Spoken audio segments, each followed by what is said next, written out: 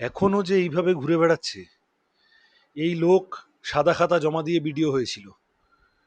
এই লোকের নামে স্বপন কামিল্লা স্বর্ণ ব্যবসায়ী তার মার্ডারের অভিযোগ ইত্যাদির সাথে এই লোকটার নাম জড়িয়ে খুঁজে বেড়াচ্ছিল, মানে খাতায় কলমে নাকি ফেরার। সে মদ্যপ অবস্থায় নিউ টাউনে গাড়ি চালাচ্ছে এবং গাড়ির যা ছিরি আমি দেখলাম, সে তো মোটামুটি বোধহয় একটা খুবই বিলাসবহুল গাড়ি। সুতরাং এখনো এই দাপিয়ে বেড়ানোর সাহস, আহ, নিশ্চয় মাথার মানে পিছনে কোনো বড় হাত আছে। কে আছে, কার বরা ভয়, কার প্রশ্রয়, খুঁজে পাওয়া দরকার। এবং গ্রেপ্তার করেছে তো ঠিকই, কিন্তু এই প্রশান্ত বর্মনরা পশ্চিমবঙ্গে তৈরি হলো কেন, কোত্থেকে? আমরা বলতাম না যে তৃণমূলের একটা বড় অপরাধ হলো ইনস্টিটিউশনালাইজেশন অফ করাপশন। যত রকম চোর ডাকাত ছ্যাঁচোর চিটিংবাজ, যেগুলোর গর্তের বাইরে বেরোতে পারারই কথা না, তৃণমূল তাদেরকে সিস্টেমের অংশ করে ফেলেছিল। প্রশাসনে আছে, পুলিশে আছে, অ্যাডমিনিস্ট্রেশনে আছে। শাসক দল হিসেবে তৃণমূল এদের সমস্ত রকমের মানে একেবারে কোণঠাসা হয়ে থাকার কথা সমাজে যে এলিমেন্টগুলোর, সেগুলোকে সামনে এনে ক্ষমতার আস্বাদ দিয়ে দিয়েছিল। প্রশান্ত বর্মন তারই প্রকৃষ্ট উদাহরণ। এই প্রশান্ত বর্মনের জামিন চেয়েই তো রাজ্য সরকারি কোর্টের দ্বারস্থ হয়েছিল।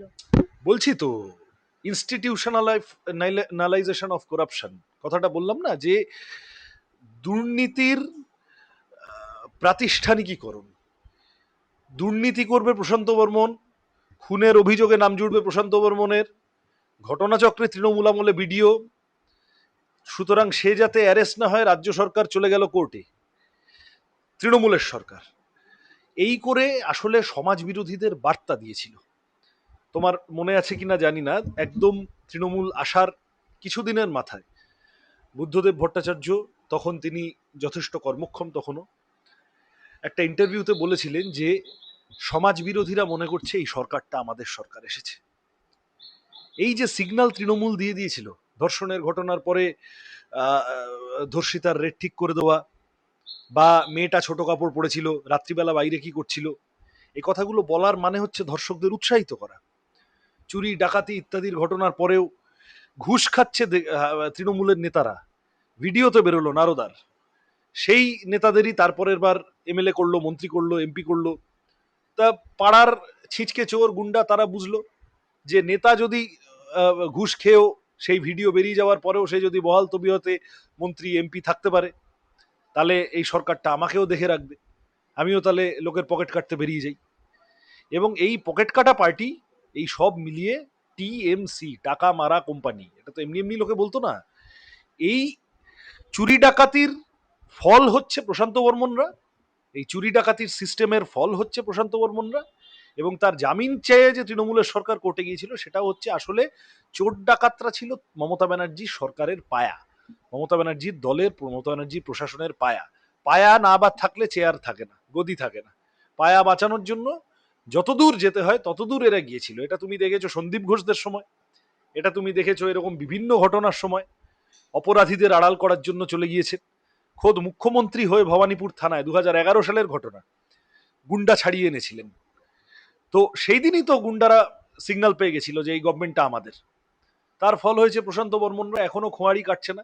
তৃণমূলের সরকার চলে গেছে কিন্তু এখনো দাপিয়ে বেড়াচ্ছে, মদ খেয়ে রাত্রিবেলা গাড়ি চালাচ্ছে। এখন নতুন সরকার কি করবে, কিছুদিন সময় দিয়ে দেখতে হবে। এই যে যে দুর্নীতিগ্রস্ত তৃণমূলের কথা তুমি বললে, সেই দুর্নীতিগ্রস্ত তৃণমূল নেতা দেবরাজ চক্রবর্তীর হয়ে আদালত হাইকোর্টে সওয়াল করছেন বামপন্থী আইনজীবী বিকাশ রঞ্জন ভট্টাচার্য। যে বিকাশ রঞ্জন ভট্টাচার্যকে আমরা দুর্নীতির বিপক্ষে সওয়াল করতে শুনতাম, সেই বিকাশ রঞ্জন ভট্টাচার্য কেন দেবরাজ চক্রবর্তীর হয়ে সওয়াল করছেন? সোশ্যাল মিডিয়া জুড়ে এই প্রশ্ন। তার আগে তুমি আমাকে প্রথম বলো যে বিকাশ ভট্টাচার্য হকার উচ্ছেদের বিরুদ্ধে হিন্দু মুসলমান নির্বিশেষে যে হকারদের ঝুপড়ি ভেঙে দেওয়া হচ্ছে, আহ, তাদের জন্য লড়াই করছেন। বিকাশ ভট্টাচার্য বেআইনিভাবে বুলডোজার দিয়ে গরিব মানুষের বাড়ি ভেঙে দেওয়ার বিরুদ্ধে লড়াই করছেন। বিকাশ ভট্টাচার্য 100 দিনের কাজটাকে আমাদের রাজ্যে ফিরিয়ে আনার জন্য লড়াই করেছেন। তখন তোমরা আমাদের কাছে আসনি কেন? বিকাশ ভট্টাচার্য এই সময় দাঁড়িয়ে একটা বিতর্ক তৈরি করার জায়গা যেখানে এলো, সেখানে তখন এলে কেন? এই ধরনের ঘটনা ভারতের আইনে, তুমি বিকাশ ভট্টাচার্য ঠিক আছে, বিকাশ দা, আমরা সবাই চাই যে দেবরাজরা জেলে যাক, এ নিয়ে কোনো সন্দেহ নেই। আমাদের পার্টি চায় সব কটা চোর ছ্যাচোর চিটিংবাজ জেলে যাক। বিকাশ দা আইনজীবী হিসেবে ওনার আইনজীবীর ধর্ম রক্ষা করা প্রয়োজন মনে করেছেন, অসুবিধা নেই। আমি তোমাকে বলছি, উল্টো দিক থেকে ভাবছো না কেন, সব বিকাশ ভট্টাচার্যের ঘাড়ে ফেলছো কেন? এই যে দুদিন আগে যখন সজল ঘোষের পুজো, ফিরদৌস শামীম মামলা করলো, তা সজল ঘোষ তখন ফিরদৌস শামীমের কাছে গেছিল কেন? ফিরদৌস শামীম তো বামপন্থী লোক। আচ্ছা, রাম জেঠমালানি বিজেপির, আমি যদি খুব ভুল না বলি, এমপি ছিলেন, বিজেপির এমপি ছিলেন। আফজল গুরুর ফাঁসির সময় এবং তার বিচারের সময় রাম জেঠমালানি দেশের সর্বজনশ্রদ্ধেয় আইনজীবী, তিনি একাধিকবার বলেননি দাঁড়িয়ে যে প্রতিটি মানুষের, সে যদি ভয়ঙ্কর অপরাধীও হয় তাহলেও আইনের সামনে তার বিচার পাওয়ার তার স্কোপটুকু রাখা উচিত, সেটা না করে তাকে দুম করে ফাঁসি দিয়ে দেওয়াটা ঠিক হচ্ছে না? রাম জেঠমালানি বলেননি? রাম জেঠমালানি হর্ষদ মেহতার দুর্নীতি থেকে শুরু করে ইন্দিরা গান্ধীর খুনিদের সপক্ষে সওয়াল করা, একটার পর একটা এই ধরনের ঘটনায় করেননি? জেসিকা লালের খুনির জন্য রাম জেঠমালানি দাঁড়াননি? সুতরাং আইনজীবীরা, তারা আইনের ধর্ম রক্ষা করার জন্য তারা বিভিন্ন সময় বিভিন্ন পজিশন অনেক সময় নেন। কিন্তু আমরা আগেও দেখেছি, এই কংগ্রেসের নেতারা এখানে লড়াই করছে আর কংগ্রেসের আইনজীবীরা তারা তৃণমূলের হয়ে সুপ্রিম কোর্টে লড়ছে।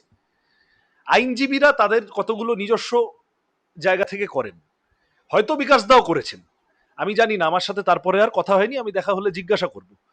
আমরা সবাই চাই দেবরাজ সহ প্রত্যেকে জেলে যাক। আমরা সবাই চাই যে এই ধরনের চোর ডাকাতরা, যাকেই, এমনকি বিকাশ ভট্টাচার্যকে ধরেও যদি খড়কুটো আঁকড়ে বাঁচতে চায়, তারা যেন বাঁচতে না পারে, এটাই আমরা চাই। কিন্তু যারা এত হঠাৎ সাধু সেজে ফেলেছে, হঠাৎ তারা সিপিএম আর তৃণমূল এক হয়ে গেছে বলতে শুরু করেছে, আমি তো ওই জন্য বললাম, সজল ঘোষের পুজো যখন গন্ডগোল হচ্ছিল তখন ফিরদৌস শামীমকে ধরেনি, মামলা লড়েনি। অর্জুন সিং, সে যখন বিকাশ ভট্টাচার্যের কাছে এসেছিল তখন বিজেপির লোকেদের মনে ছিল না? মুকুল রায় যখন বিকাশ ভট্টাচার্যের কাছে এসেছিল তখন বিজেপির লোকেদের মনে ছিল না? তোমরা এইসবের মধ্যে আসল গল্পটা মিস করে গেছো। এইসব তোমরা বলছো, আচ্ছা ঠিক আছে, বিকাশ ভট্টাচার্যের ঘাড়ে চাপাচ্ছ, আসল কথা হচ্ছে যে তৃণমূলের এই গোটা খেলার মধ্যে আসল টুইস্টটা মিস করে গেছো।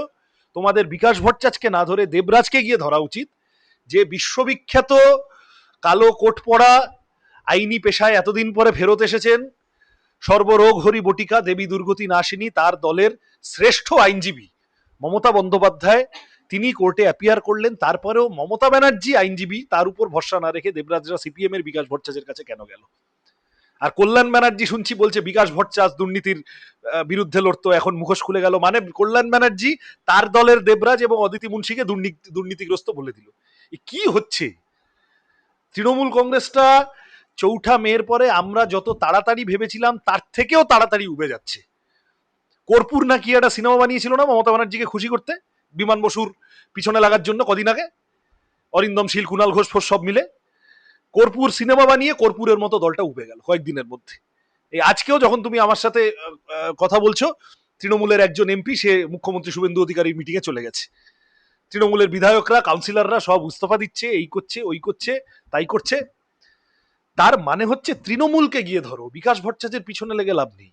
বামপন্থীরাও তো একাধিক পোস্ট করছেন যে নীতি নৈতিকতা, এটা কি কমরেডশিপ, একাধিক প্রশ্ন তারা। বিকাশ রঞ্জন ভট্টাচার্যের, তার এই অবস্থানটি নিয়ে তিনি একটি নীতিগত অবস্থান নিয়েছেন। তিনি আইন, তিনি সংবিধান, তিনি তার প্রিন্সিপালসের উপরে দাঁড়িয়ে একটা অবস্থান নিয়েছেন, তাই নিয়ে বিতর্ক আছে। আমি ব্যক্তিগতভাবে, আমি তো বললাম, আমি সিপিআইএম কর্মী হিসেবে আমি অবশ্যই চাইবো দেবরাজরা জেলে যাক। সবাই, এরা যত রকম চুরি ডাকাতি করেছে, যারা যারা মানুষের ক্ষতি করেছে, সব তৃণমূল আমি বলছি না, যারা যারা গত 15 বছরে মানুষের ক্ষতি করেছে, তারা প্রত্যেকে শাস্তি পাক আমরা চাইবো। কিন্তু পয়েন্টটা হলো, সবটা বিকাশ ভট্টাচার্যের ঘাড়ে না চাপিয়ে তৃণমূলকে গিয়ে বলো, দেবরাজকে গিয়ে ধরো যে ভাই তুমি কল্যাণ ব্যানার্জিকে ছেড়ে, মমতা ব্যানার্জিকে ছেড়ে তুমি বিকাশ ভট্টাচার্যের কাছে গেলে কেন? তোমার নিজের দলের উকিলদের প্রতি ভরসা নেই কেন? বিজেপিকে গিয়ে ধরো, তরুণ জ্যোতিদের গিয়ে ধরো।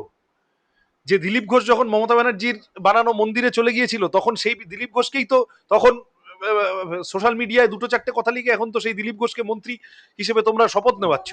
তো বলেছেন বিকাশ রঞ্জন ভট্টাচার্য আর নীতি নৈতিকতার কথা বলছেন। ওই জন্যই তো বললাম, দিলীপ ঘোষ যখন মমতা ব্যানার্জির বানানো জগন্নাথ মন্দিরে সস্ত্রীক চলে গিয়েছিলেন, এই তরুণজ্যোতি তিওয়ারি তার প্রতিবাদ করেছিল। তরুণজ্যোতি আমি বলছি কারণ ও ঘটনাচক্রে ওইখানে এমএলএ হয়েছে এখন। তারপরে সেই দিলীপ ঘোষ এখন তরুণ জ্যোতির ঘাড়ের উপরে দাঁড়িয়ে বিজেপির সরকারের মন্ত্রী। নীতি নৈতিকতা কোথায় গেল?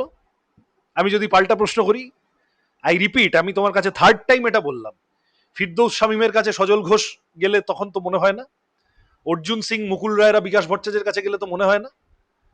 আমি রাম জেঠমালানির এত ডিটেইলড উদাহরণ দিয়ে তোমাকে বললাম, কেন বললাম? তার মানে এই দ্বিচারিতাটা বিজেপি তৃণমূলের, সব বিকাশ ভট্টাচার্যের পিছনে লেগে লাভ নেই বাবা। বিকাশ ভট্টাচার্য টেস্টেড, তিনি বামপন্থী আইনজীবী হিসেবে তার একটা দীর্ঘ ইতিহাস আছে, সংগ্রাম লড়াই কষ্ট করে আজকে বিকাশ ভট্টাচার্য হয়েছেন তিনি। তার কোনো অবস্থান নিয়ে বিতর্ক ইত্যাদি থাকতে পারে, আমার সাথে পার্টির ভিতরে কোথাও বিকাশদার দেখা হলে আমি বলবো বিকাশদাকে, কিন্তু বিজেপি একটা কথা খাইয়ে দিল আর সেইটা কাকে কান নিয়ে গেল বলে পিছন পিছন ছুটতে হবে। বিজেপিকে প্রশ্ন করা উচিত যে তোমাদের এই নীতিবোধ অন্য ক্ষেত্রে কোথায় থাকে? অর্জুন সিং তৃণমূল থেকে বিজেপি হয়ে আবার তৃণমূল হয়ে আবার বিজেপি হয়ে গেল, হয়ে এখন বিজেপির এমএলএ। বিজেপির নীতিবোধ কোথায় ছিল? এই একটার পর একটা নেতা ইত্যাদি ইত্যাদি এদেরকে বিভিন্ন সময় দলে নিয়েছিল বিজেপি, কোথায় ছিল নীতিবোধ?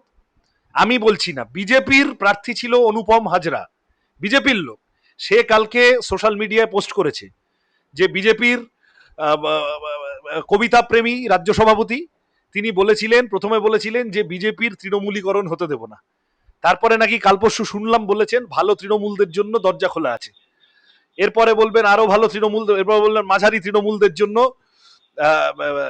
জানলা খোলা আছে, তারপরে বলবেন খারাপ তৃণমূলদের জন্য ভেন্টিলেটর খোলা আছে। এই করতে করতে সবই তো নিয়ে নেবেন। সুতরাং এইগুলো বলছে দেখো না কিছুদিনের মধ্যে, এখনই ইতি উতি বিজেপির এমএলএ মন্ত্রী যারা হচ্ছে, এমপি যারা, তাদের পিছনে যে ভিড়, তার সেই ভিড়ের কম্পোজিশন ইতিমধ্যে পাল্টাতে শুরু করেছে। সেই ভিড়ের মধ্যে একটু একটু করে তৃণমূলের হয়ে চুরি করা, ডাকাতি করা, লুট করা মুখগুলো দেখা যেতে শুরু করেছে। সুতরাং বিজেপি আগে নিজেদের বাঁচাক, বিকাশ ভট্টাচার্যের পিছনে না লাগলেও চলবে, বিকাশ ভট্টাচার্য নিজের নীতিবোধ ঠিক বুঝে নেবেন।